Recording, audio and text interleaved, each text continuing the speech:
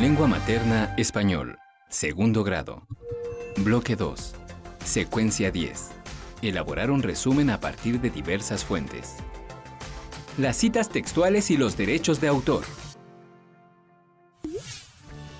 Si quieres cambiar al mundo, cámbiate a ti mismo. Me gusta el mensaje que da esta frase. La utilizaré en el cierre de mi trabajo, pero ¿quién la escribió? ¿Cómo la citaré en mi trabajo? Vamos a investigar cómo hacer las citas textuales para respetar los derechos de autor. Oigan, traje una revista que tiene un artículo sobre una nueva central nuclear. Viene información muy interesante y además vienen testimonios de personas afectadas por los accidentes de Chernóbil y Fukushima. Es impactante y muy triste. Sería de mucha utilidad retomar esos testimonios para nuestro trabajo de investigación. Sí, cópienlo a nuestro trabajo. Esperen, debemos darle crédito al autor. Pero ¿cómo lo hacemos? Yo aún tengo dudas. Vamos a investigar. ¿Qué les parece? Sí. De acuerdo. La mayoría de lo que leemos, escuchamos, miramos y disfrutamos a través de las diferentes expresiones artísticas y literarias conforman la propiedad intelectual de la persona que las crearon. A esto se le denomina derecho de autor, el cual describe y reconoce los derechos morales y patrimoniales que tienen los autores sobre sus obras.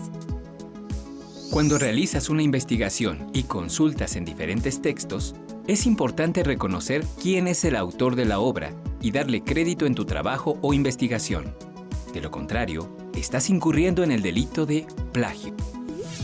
No reconocer ni dar crédito al autor es una falta grave y puede ser sancionada.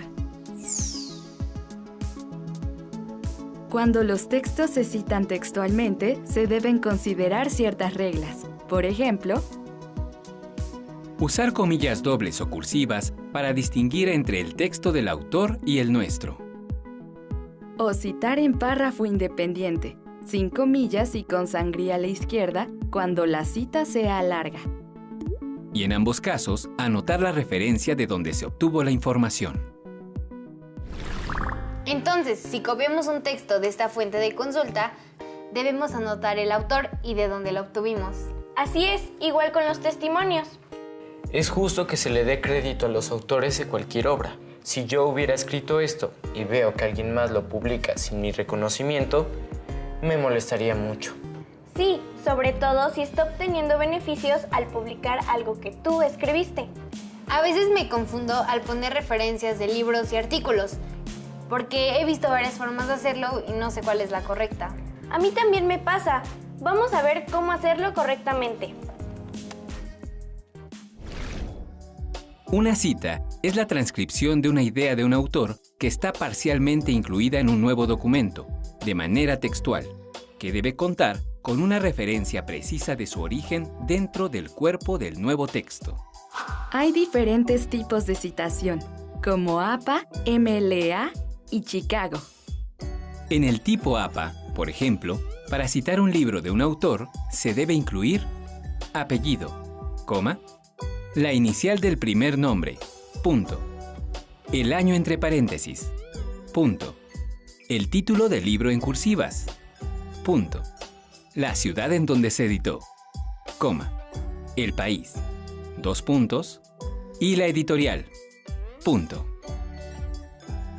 En el sistema MLA se escribe el apellido, coma, nombre, punto, el título del libro en cursivas, punto, la ciudad en donde se editó, dos puntos, la editorial, coma, el año en que se publicó, punto, y la palabra impreso, punto.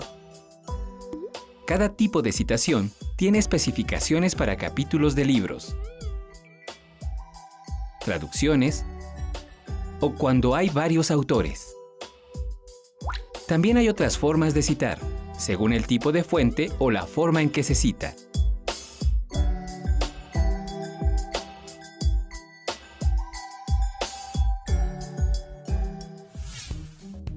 No sabía que hay diferentes formas de citar. Ni yo. También desconocía los distintos sistemas para anotar las referencias bibliográficas. ¿Me dictas, por favor, las referencias del artículo de la revista? Claro. Los derechos de autor no son ilimitados, por lo que después de 100 años de la muerte del autor, su obra se vuelve de libre dominio, es decir, de libre uso, con las excepciones que marca la ley. Ya sé quién escribió la reflexión que les leí al principio del programa. Es de Mahatma Gandhi. ¿Se imaginan que en el futuro alguien los cite a ustedes? Sería genial. Adiós.